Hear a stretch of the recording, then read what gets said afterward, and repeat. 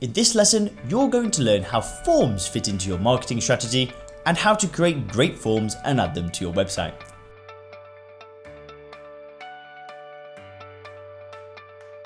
A conversion process typically begins with a call to action or a CTA.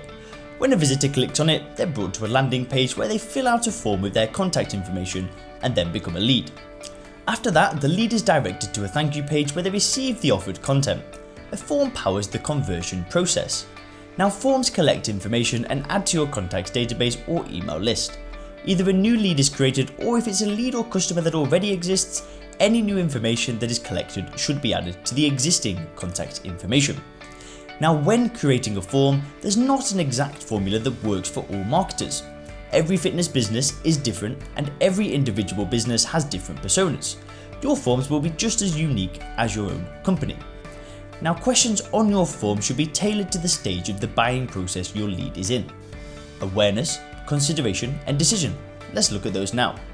In the awareness phase, these leads are only just finding out about your business. They don't know, like, or trust you yet, but you have a great offer for them. They'll likely want to enter the least amount of information as possible.